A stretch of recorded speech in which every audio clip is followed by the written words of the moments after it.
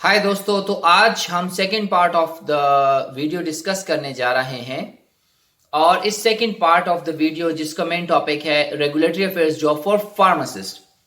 इस वीडियो में हम आज दो चीजें डिस्कस करेंगे। वन, जो मैंने आपको बताया था सप्लाई एंड डिमांड का लॉ, उसका सीक्रेट डिस्कस करने के मैंने क्यों ये लॉ आपको बताया था। और secondly job search. Only two topics we will discuss in today's video. First आते हैं सप्लाई और डिमांड पे। याद रखिएगा, मैंने आपको बताया था कि this is the law of economy that whenever there is increase supply of a product or a commodity or anything, then the demand of that product is decrease. ये फार्मूला आप दुनिया के किसी भी सिस्टम पर लगा सकते हैं। अब हम ये फार्मूला लगाएंगे अपने फार्मासिस्ट पे। देखिए, अब चूंकि हमने देखा है कि आजकल कुछ ज्यादा ही फार्मासिस्ट प्रोड्यूस हो रहे हैं हर डिफरेंट मुल्क में small colleges, affiliated colleges, government के जो कॉलेजेस हैं, यूनिवर्सिटीज हैं, प्राइवेट कॉलेजेस, यूनिवर्सिटीज हैं, हर जगह ही जो है ना फार्मासिस्ट की डिग्रियां अवार्ड हो रही हैं, और which is something very good. However, जहां तक सप्लाई का ताल्लुक है तो डिमांड भी इस तरह होनी चाहिए। अब हम सिर्फ गल्फ की बात करेंगे कि आज से अगर 10 साल पहले तक, या let's say maximum 12-15 years back, अगर हम सिनेरियो कंपेयर करते हैं कि उस वक्त जो बेनिफिट्स एक फार्मासिस्ट को मिल रहे थे in different departments like production, like retail, like hospital, so almost वो 50% रिड्यूस हो चुके हैं। अब क्या किया जाए? अब किया ये जाए कि मेरे भाई जो फार्मासिस्ट हैं उनके जहन में सिर्फ 2 या 3 डिपार्टमेंट्स हैं, एंड दैट इज या तो मैन्युफैक्चरिंग यानी कि प्रोडक्शन फार्मासिस्ट, या तो कम्युनिटी यानी कि रिटेल फार्मेसी, या तो क्लिनिकल हम कह सकते हैं, but which is actually hospital pharmacy pharmacist. अब यही 3 सेगमेंट्स फार्मासिस्ट की नॉलेज में हैं, जबकि कुछ ऐसे सेगमेंट्स हैं which are unknown to the pharmacist और which are unknown to most of the pharmacist, जिसकी वजह से अब यहीं पे इन डिपार्टमेंट्स में रश है, तो इसीलिए बेनिफिट्स रिड्यूस हो रहे हैं और नंबर ऑफ फार्मासिस्ट इंक्रीज हो रहा है। तो मेरे भाई, कोशिश कीजिए कि आप अपना जो पैराडाइम है वो शिफ्ट कीजिए। आप इन डिपार्टमेंट्स को, कुछ फार्मासिस्ट यहां जाएं और कुछ फार्मासिस्ट दूसरे डिपार्टमेंट में जाएं। अब हमने बात की थी रेगुलेटरी अफेयर्स डिपार्टमेंट की।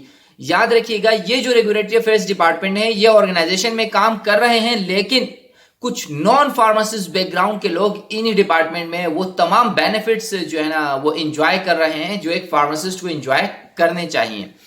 तो मेरे भाई, this is the issue which I wanted to discuss with you, कि देखिए, आप अपना ब्रेन ओपन कीजिए, अपना जो फोकस है उसको थोड़ा सा इंक्रीज कीजिए, और कुछ खास डिपार्टमेंट पे ही आप स्टकअप ना हो के ना रह जाएं। अब हम बात करते हैं job search for regulatory affairs की। याद रखिएगा, कोशिश कीजिएगा स्पेशली फ्रेश फार्मासिस्ट के लिए, या वो फार्मासिस्ट जो 1 या 2 साल मार्केट में हो चुके हैं और वो अब स्विच करना चाहते हैं अपने एग्जिस्टिंग या करंट जो उनका डिपार्टमेंट है, जो उनका करंट प्रोफेशन है। प्रोफेशन से मुराद की फॉर एग्जांपल जिस सेगमेंट में वो इस वक्त काम कर रहे हैं, या प्रोडक्शन में या रिटेल में, and they are not satisfied and they want to switch, उन लोगों के लिए चाहिए, कोशिश कीजिए कि अगर पॉसिबल हो तो आप थोड़ा बहुत कोई आपका थोड़ा बहुत एक्सपीरियंस होना चाहिए इस फील्ड में, ताकि आपको कुछ नो हाउ हो, क्योंकि ऑर्गेनाइजेशन की कोशिश होती है कि बिल्कुल ब्लैंक आदमी को वो कम ही हायर करते हैं, क्योंकि it takes time to train a blank person than to use him productively. So that is why आप ट्राई कीजिएगा कि थोड़ा बहुत एक्सपीरियंस लें, थोड़ी बहुत नॉलेज लें। अगर फ्रेश हैं तो आप इंटर्नशिप ही रेगुलेटरी डिपार्टमेंट में कीजिए, और उसके बाद आपने ये करना है कि सबसे पहले जो सबसे आसान तरीका है किसी भी इंटरनेशनल मार्केट में अप्रोच करने के लिए, दैट इज लिंक्डइन। लिंक्डइन एक प्रोफेशनल वेबसाइट है। आप उस पर एक बेहतरीन किस्म का अपना सीवी बनाइए। आप अपने एकेडमिक जो अचीवमेंट्स हैं वो तमाम चीजें डिस्कस कीजिए, उसमें डिटेल से राइट कीजिए, और उसके बाद लिंक्डइन पे आप डिफरेंट प्रोफाइल सर्च कीजिए इन डिफरेंट कंट्रीज। उन लोगों को आपने बड़ा मैच्योर, सॉफ्ट, पोलाइट और रिस्पेक्टफुल वे में उन लोगों को अप्रोच कीजिए, उनको अपनी सीवी ड्रॉप कीजिए, उनको इवन अपनी सर्विसेज एग्जिस्टिंग जिस कंपनी में है, जिस कंट्री में आप हैं, उस कंट्री में आप जो है ना अपना सर्विसेज प्रोवाइड करने के लिए भी कहिए। अगर उनकी वहां ब्रांच नहीं है तो आप उनको कहिए कि you are ready to travel to any country and you can contact with them directly. This is one thing. Secondly, different websites available है आजकल। एक the world has become a global village and because of the internet accessibility to the different websites, it's very easy to search a job. And if your potential employer found you somewhere, so immediately they will take you from anywhere you are available.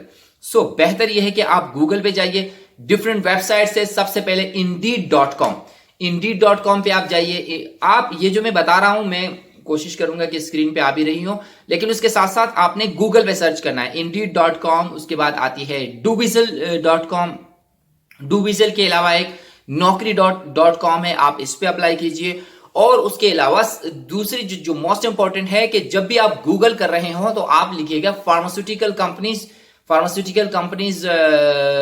Websites और pharmaceutical companies available anywhere in the world. उनकी websites पे आप जाइए और websites पे आप directly अपनी CV upload कीजिए।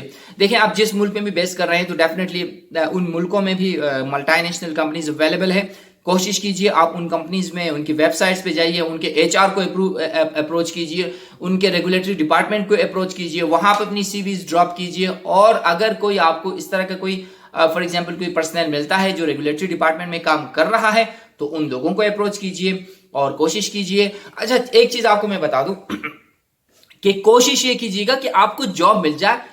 No problem whatsoever the profile of that job is. For example, if they hire you यानी management trainee, no problem, you try for management trainee. आपको ऐसा फील होगा कि नहीं शायद बहुत लो पैकेजेस हैं। देखिए, स्टार्ट में तो लो पैकेजेस ही होते हैं, लेकिन with the passage of time जैसे जैसे आप डिपार्टमेंट में जाएंगे तो आपको जो है ना इंशाल्लाह बेहतरी की तरफ जाएंगे। और अच्छी बात मैं बताऊं कि अगर आप समझते हैं कि you are a person with high profile and you want to work on a high profile job, then better you try for the regulatory affairs। and जैसे कि मैंने आपको बताया है कि जो है ना लोगों की नॉलेज में ही नहीं है, फार्मासिस्ट की नॉलेज में नहीं है कि जो है ना इस तरह की जॉब्स अवेलेबल है, और वो सिर्फ प्रोडक्शन, मैन्युफैक्चरिंग, रिटेल की तरफ ही भागते रहते हैं। और कि रिटेल प्रोडक्शन वगैरह में वो कंपेंसेशन नहीं रही, वो अट्रैक्शन नहीं रही है। तो कोशिश कीजिएगा आप इस पे जो है ना इनकी तरफ भागिएगा। एक और टॉपिक है which is very much important, which is the most important I have observed and I have felt, और and that is pharmacovigilance topic पे इंशाल्लाह बहुत जल्दी मैं वीडियो बनाने की कोशिश करूंगा और मैं आपको बताऊंगा कि व्हाट इज फार्माकोविजिलेंस, उसके क्या बेनिफिट वगैरह वगैरह हैं। तो इंशाल्लाह this was all about second part of my video and the regulatory affairs job search. दोस्तों, मेरी कोशिश है कि मैं कमेंट्स को भी रिप्लाई करूं। Thank you so much for your comments on my YouTube channel, and I am receiving number of emails, but as far as emails are concerned, so now a bit difficult to reply those emails. However, if there is comment on YouTube channel, so I will try my best to come up with satisfactory answer as much as possible.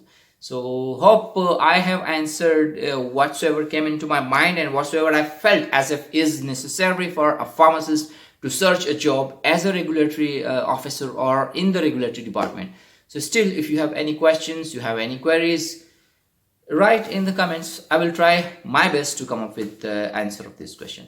So thank you so much and hope to see you in my next video. Thank you so much. Take care. Bye-bye.